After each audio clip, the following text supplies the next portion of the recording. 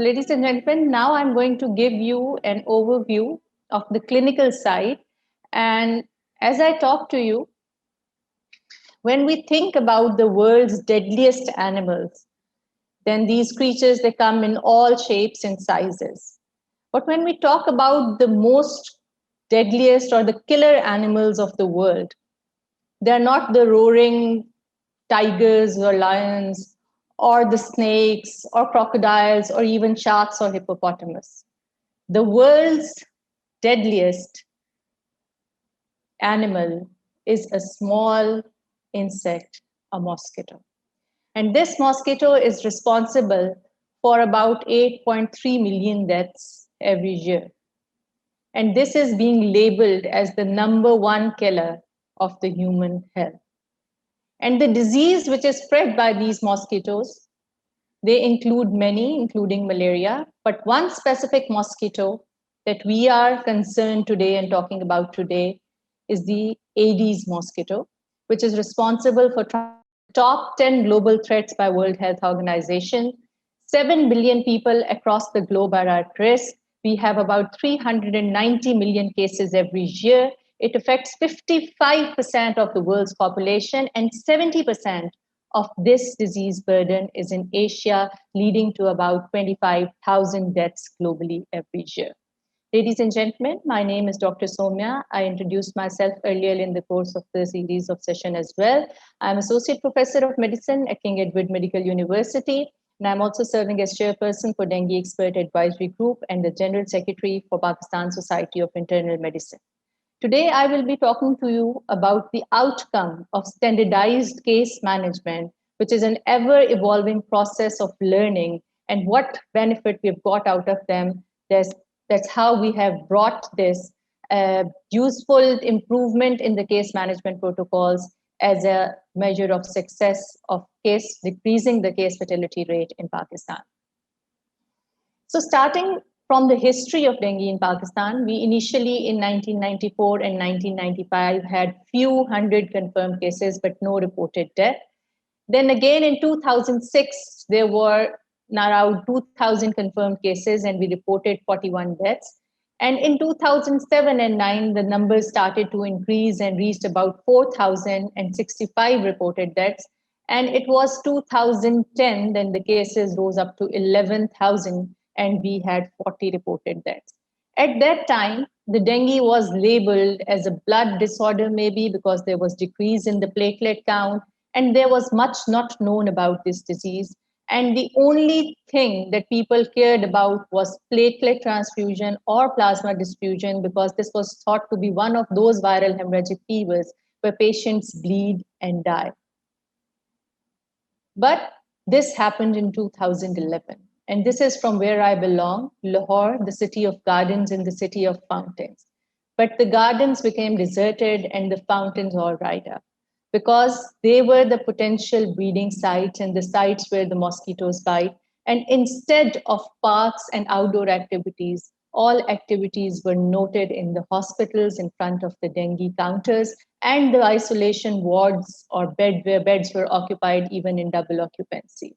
So this happened when we realized that what is the burden of dengue disease. And this is the Punjab province, which faced the worst ever reported dengue epidemic of the world to date, in which we had about 0.6 million suspected cases, with 22,000 lab confirmed patients and 375 people dying in a span of 73 days in year 2011. So in a very short span of time, the cases, they start emerging and increasing by day, and the media was quoting it like a cricket score that the number is this and the death toll is rising with every passing day. We had no previous experience of coping the outbreak of this much magnitude, and not was much known about this disease. And all efforts were based simply on the mosquito control or platelet transfusion. Over the years, we worked on our system, very well elaborated by Captain Usman in the previous talk. And that's how we curtailed our number of patients as well and number of deaths as well. And what proved to be the right decision regarding this, I'm going to share with you in my today's talk. We did a mortality audit of 2011 epidemic. I work in Mayo Hospital, Lahore, which is the biggest hospital of the country. And it is the major hospital which caters all the infectious diseases as well. So we looked at the 95 dengue deaths that occurred in our hospital during 2011 epidemic. And we found that the major contributory factor were the comorbidities, which accounted for about 75 deaths as compared to the pure dengue deaths, which was 21. But the important thing is that this number of 21 with no added risk factor is very high. Something somewhere is wrong, which we are not doing right, so that we are not able to save lives of the patients. And then we looked at the audit report and we found that there were two major things which were leading to the loss of life in case of dengue. One was obviously, as mentioned, comorbidities, patients with hypertension, diabetes, liver and ischemic heart disease, since they were already compromised health status, so they had more chances of going into severe and critical disease and dying. But there were people even who were young without any comorbidity and they died.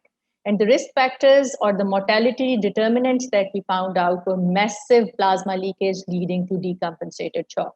There was frank bleeding, deranged clotting profile, and DIC reported in some of the cases. So that's when we tried to address the pitfalls in our system, in our management. And it obviously has to be a two-pronged strategy. One, the integrated vector management program, and the other one is that we need to improve and learn about this disease, because when we learn, then we can manage them better. So in the integrated vector management, we had some support from the international experts from Sri Lanka, Thailand, and Singapore and Malaysia. Professor Wasim Akram gave you an overview of that. But what I'm going to talk to you about is the improved clinical management protocols that we worked over the years and devised our guidelines and standard operating procedures for managing these cases, which have proven to be very beneficial in the long run. So the government took the initiative of sending 100 people uh, for a training, which was a specialized, customized, designed course, which was known as DEPCAM. This is the Dengue Epidemic Prevention, Control, and Management Program, which consists of a set of people who are very much related to this disease. It included the clinicians, the paramedical staff, the nursing staff, the blood transfusion unit people, the environmental specialists, the field workers, the health managers, the entomologists, and social activists and people from media and social mobilization groups and different NGOs who all then went for a 3 weeks training program. And this program was arranged by Ministry of Health Sri Lanka and Ministry of Health Thailand, and it was conducted at Asian Institute of Technology, Bangkok. And we also had the chance of visiting the Queen Sirikit Hospital in Thailand, which is a WHO collaborating center for dengue management. And this group of people, when they returned home after their training session, they were appointed as master trainers in their field, and then they disseminated the knowledge that they had gained and the practical experience that they had gained in these countries during their course to all the subsets which were dealing with dengue. The second thing that emerged as a part of this challenge of dengue epidemic was the formation of the Dengue Expert Advisory Group. This was a group of clinicians which was formed to provide advanced clinical opinions for the management of difficult cases, to cater for the needs of the patients who are beyond the standard guidelines care, to share and pool experience in the management of dengue disease in different situations, to analyze the data which are collected, and to review the guidelines for management from time to time in the light of emerging experience. We also do and certify the cause of death in dengue-related mortalities and do the death audits and help in the dengue-related medical research. And I'm very honored to represent this organization over here in today's session. I must take name of Professor Faisal Masood, who is the mentor and the pioneer and the first chairperson of Dengue Expert Advisory Group, who took this initiative of forming this group, which took this challenge head on. And over the last 10 years, we've been striving day and night to advise the policymakers about the correct decisions and give our technical input regarding management of dengue. We issue our guidelines. The first set of guidelines was a plain single set of paper which gave an overview of the dengue management. And this was adopted mainly from the good clinical practice guidelines from Sri Lanka and Malaysia, because this was a new disease for us and we did not have much experience about it. Then we formally published our first set of guidelines, which are the Dengue Good Clinical Practice Guidelines in 2012.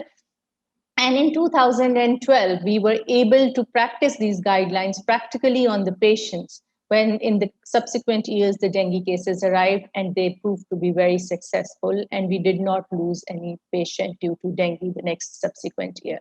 We invited experts from World Health Organization from different countries, including Sri Lanka, Malaysia, Indonesia, Thailand, and Singapore, who helped us. We invited these experts because they were fighting this disease for many decades, and we wanted to learn from their experience.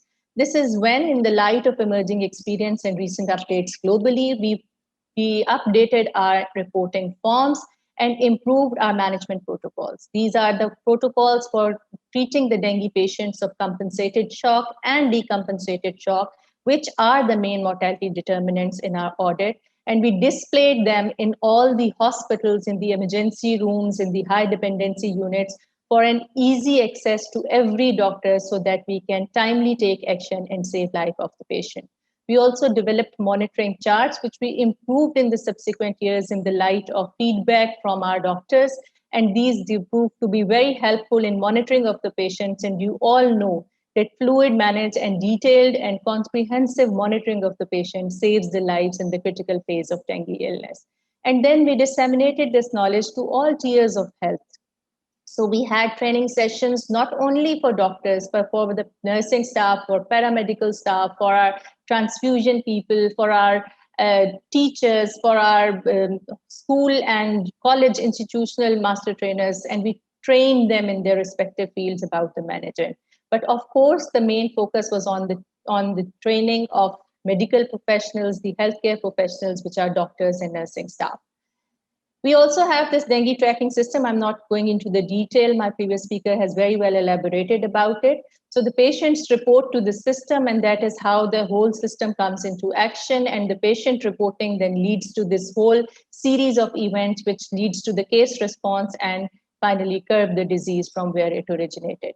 We had an international dengue conference in 2012, and the end of year where we celebrated our success of defeating the epidemic of 2011 and having coming out of it in a very glorious way.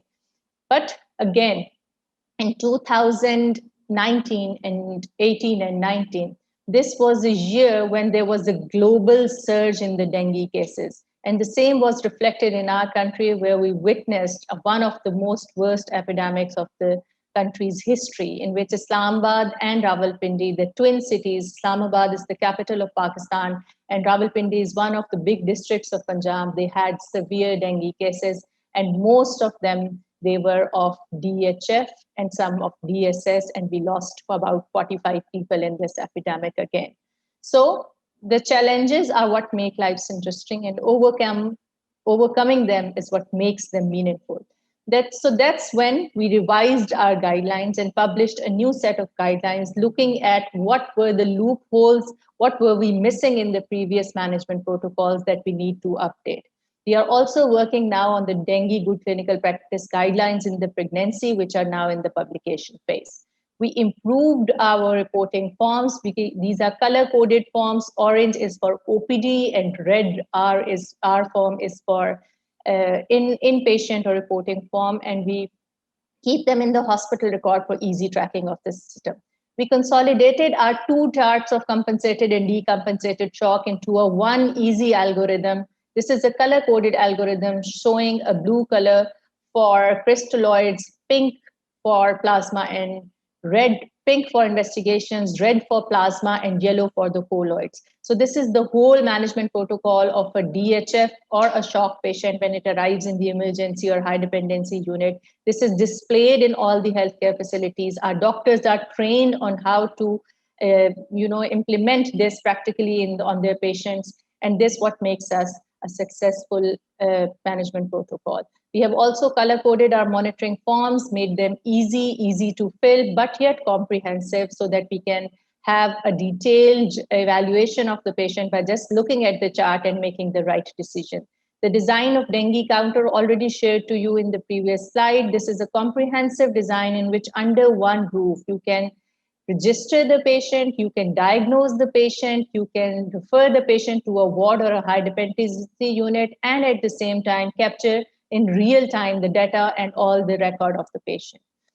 We've been actively involved in training of our doctors on the management protocols of dengue, and we have to date trained 28,774 doctors across the province Punjab. I have conducted sessions for participants from other provinces as well in collaboration with World Health Organization, and in Singapore as well in Asia Pacific dengue course that they offer. So we constantly train. On the start of every season, thrice a year, we have our big training sessions, and there are ongoing refresher training sessions all the time where we train our newly inducted doctors. And during the COVID-19 situation, when there was a ban on the gatherings, we conducted them a virtual training sessions as well.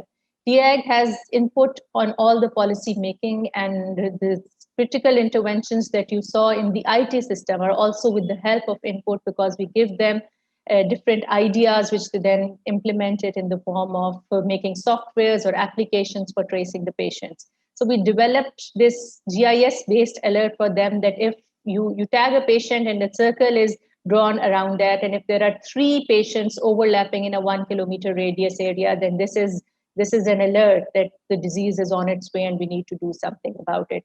We have presence on all the social media, on Twitter, on Instagram, on Facebook. We have our own website where we regularly update our information, our advisories, our lectures, our guidelines. They are all available in the downloadable form. We do international participations and update our knowledge and present our work on all the international forums. Just recently, I was a keynote speaker at McMaster International Review Course of Internal Medicine, which is the biggest course of internal medicine globally. We have consultative meetings with World Health Organization where we discuss these strategies and take their input, and we take mutual decisions. We recently had an international conference on dengue, again spearheaded by Captain Usman, who was the Secretary Health at that time, where we invited experts from 8 different groups and on 7 thematic areas, including the clinical management, the integrated vector control, the IT analytics, the public awareness, health management, social mobilization. We have workshops simultaneously. We recorded findings from these, the input from these, and then they were presented in the form of document, in the light of which we have revised our guidelines in 2020, and now they are distributed to all the stakeholders for their implementation. GP app we have recently introduced to take into loop the general practitioners, which we were missing in the health reporting system because they were being reported from the healthcare facilities only. So this is a measure to get more data from across the province by adding them to the loop. And the impact. The impact obviously is when we can decrease the case fatality rate. And very proudly, I can say that we have worked hard, but it has shown results. And we started with a case mortality of 0.07 to up now we have a case mortality of 0.004. The global analysis shows that annually approximately 2.5% of the people who are diagnosed with dengue die. But in Pakistan, we are very fortunate that we are able to bring this figure down to 0.004%.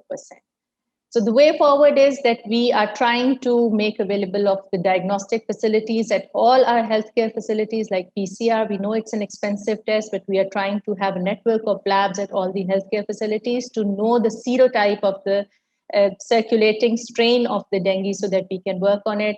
We are formulating the dengue guidelines in pregnancy. They are in the publishing phase. We are also trying to go paperless by providing electronic versions of DIAG reporting forms in all the healthcare facilities. Our training the trainers program is going on. We are planning to have international collaborations and World Health Organization collaborations for it to improve our knowledge and skill. We are constantly involved in clinical research and presenting our papers on national and international academic forums. We review our deaths. We do a regular audit in order to improve our clinical management.